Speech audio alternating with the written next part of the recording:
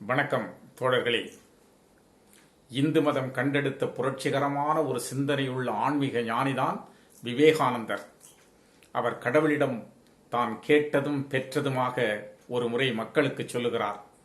வலிமை கொடுங்கள் என கேட்டேன், அவர் கொடுத்ததோ நெருக்கடியான சூழ்நிலைகள். அறிவு கொடுங்கள் என கேட்டேன், அவர் கொடுத்ததோ வாழ்வின் புதிர்கள். மகிழ்ச்சி கொடுங்கள் என கேட்டேன், மகிழ்ச்சியற்ற மனிதர்களை அறிமுகப்படுத்தினார். செல்வம் கொடுங்கள் என கேட்டேன், உழைப்பதற்கு கற்றுக் கொடுத்தார்.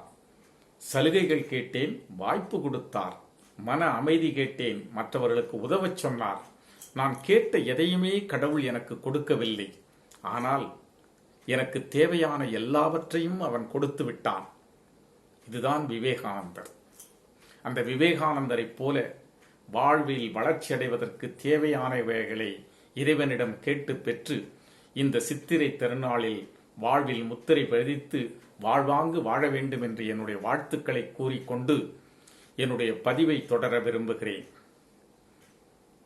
வீதி ஓரத்தில் நெடிய நிழல் பரப்பும் மரங்களுக்கு இடையில் விதியை நம்பி வீணாய் போகும் மனிதர்களுடைய வருகைக்காக வழிபார்த்து விழிநோக அமர்ந்திருந்தான் ஒரு கிளி சோதிடக்காரன்.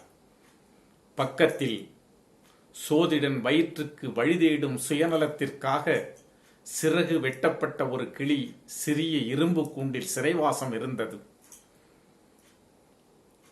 உழைப்பின் வியர்வையை நம்பாமல் விதியை நம்பும் ஒருவன் என்னுடைய எதிர்காலம் எப்படி இருக்கும் என்ற கேள்வியோடு சோதிடம் பார்க்க வந்தான். சோதிடனுடைய கைக்கு காசு மாறியதும் கிளிக்கூண்டினுடைய கதவுகள் திறக்கப்பட்டது. காற்றைப் போல் வானில் சுதந்திரமாய் பறப்பதற்கு பெயர்தான் பறவை. ஆனால் இங்கே கதவு திறக்கப்பட்ட பிறகும் அந்த கிளி வானில் பறக்க விரும்பவில்லை. திறக்கப்பட்ட கூண்டிலிருந்து நளினமாய் நடைபயின்று வெளியே வந்து நின்றது. அடுக்கப்பட்ட சீட்டுக்களை அங்கும் இங்குமாக புரட்டியது. அதில் ஒரு சீட்டை மட்டும் தன் அலகால் கவ்விக்கொண்டு சோதிடன் கையில் சென்று சேர்த்தது. தகரப்பெட்டியை திறந்து தானியம் ஒன்றை அதன் வாய்க்குள் வைத்ததும் அவன் சொல்லாமலேயே அது கூண்டுக்குள் சென்று அமர்ந்து கொண்டது. விண்ணில் பறந்துவிட வேண்டும் என்ற விடுதலை வேட்கை ஏன் அந்த கிளிக்கு வரவில்லை? கிளியினுடைய சிறகு பறக்க முடியாதபடி வெட்டப்பட்டிருக்கலாம். ஆனால் சிதைக்கப்பட்ட சிறகசைத்து உடலை வளைத்தும் நெளித்தும் அது வானில் பறக்க முயற்சிக்கவில்லையே, ஏன்? அடிமை கிளிக்கு உரிமைக்காக உடல் வருத்தி போராடாமல் இருக்கும் இடத்தில் கிடைக்கும் தானிய சலுகை போதும். இப்படி சலுகைகளில் நிறைவடையும் கிளிகளுக்கு சாகும் வரை கூண்டுகள் தான் சாசுவதம்.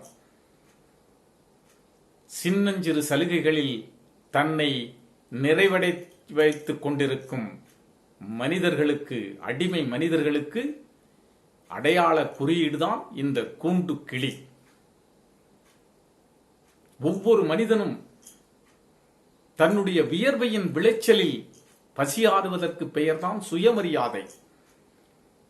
உனக்கான ரொட்டி துண்டை உன்னுடைய வியர்வையில் தேடு என்றார் கர்த்தர்.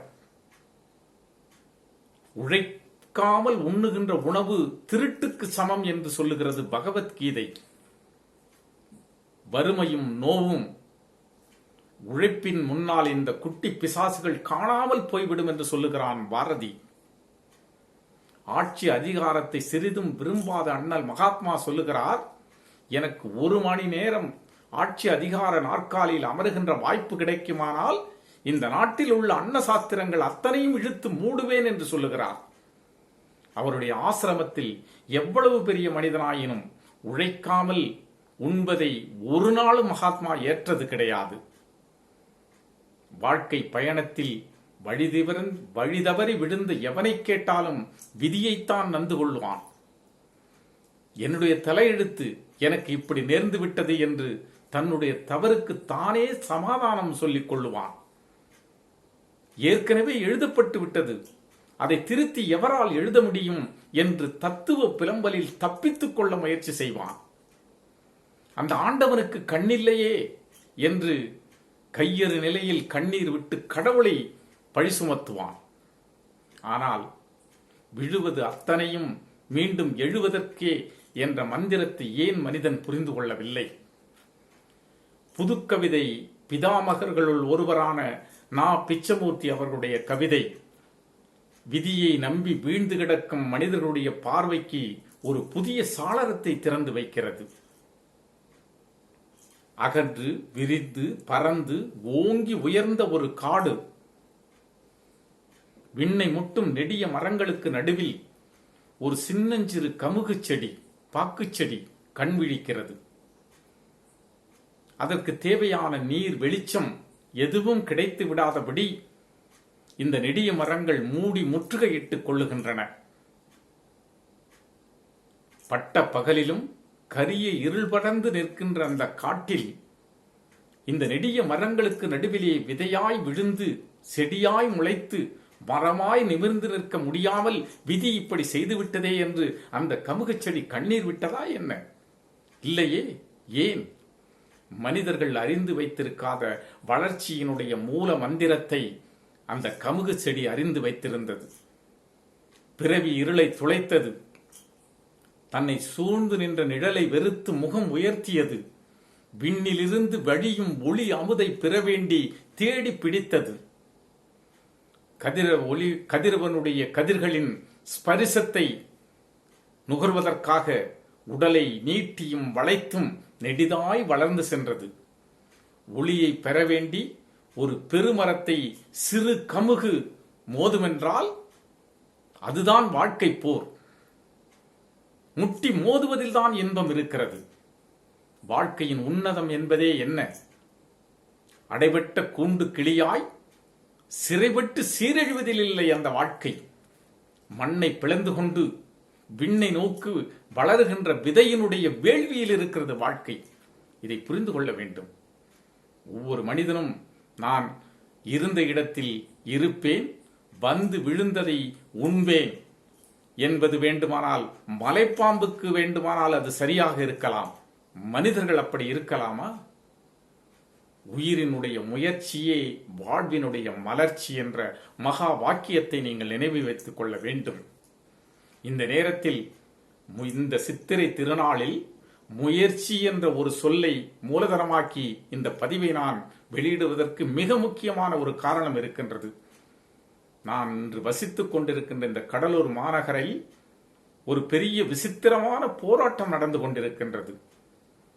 பராசக்தி என்ற திரைப்படத்தில் முத்தமிழ் அறிஞர் டாக்டர் கலைஞர் அவர்கள் தன்னுடைய பேனாமுனையை வாழ்முனையாக்க மாற்றி எழுத்துக்களை கொட்டியதால் மூட நம்பிக்கை முற்றிலும் அழிவதற்கான முதல் புள்ளி வைக்கப்பட்டது. அதிலே ஒரே ஒரு வசனத்தில் வரும், இந்த நீதிமன்றம் பல விசித்திரமான வழக்குகளை பார்த்திருக்கிறது என்று அந்த வசனம் ஆரம்பிக்கும். ஆம், அதுபோல ஒரு விசித்திரமான வழக்கை கடலூர் மாநகரம் சந்தித்துக் கொண்டிருக்கின்றது.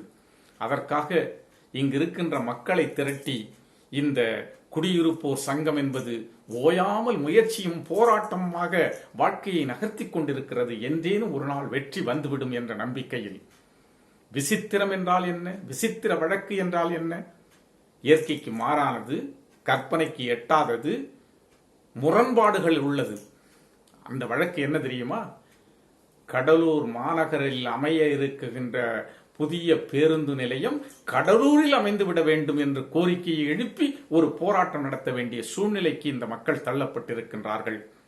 அன்றைக்கு விசித்திரம் நிறைந்த வழக்குகளை சந்தித்திருக்கிறது என்று முத்தமிழ் அறிஞர் சொன்னார். அவருடைய கொள்கையை ஏற்று ஆட்சி நடந்து கொண்டிருக்கும் அருமை தலைவர், இன்றைய அவருடைய புதல்வர், இந்த விசித்திர வழக்குக்கு ஒரு முடிவு கட்டி இந்த மக்களுடைய முயற்சியும் உழைப்பும் வெற்றி பெறுவதற்கு அவர் எங்களுடைய கோரிக்கைகளை நிறைவேற்ற வேண்டும். இந்த மக்கள் மனதார அவரை ஒரு மாபெரும் தலைவராக ஏற்றுக்கொள்வதற்கான வழிவகையை செய்ய வேண்டும் என்ற கோரிக்கையை நான் இந்த நேரத்தில் வைத்து, இந்த மக்களுடைய முயற்சியும் உழைப்பும் வாழ்வின் மலர்ச்சிக்கும் உதவட்டும், கடலூர் மக்கள் வாழ்வில் மலரட்டும் என்று கூறி இந்த பதிவை உங்களுக்கு நான் சமர்ப்பதிப்பதில் மகிழ்ச்சி அடைகிறேன். நன்றி, வணக்கம்.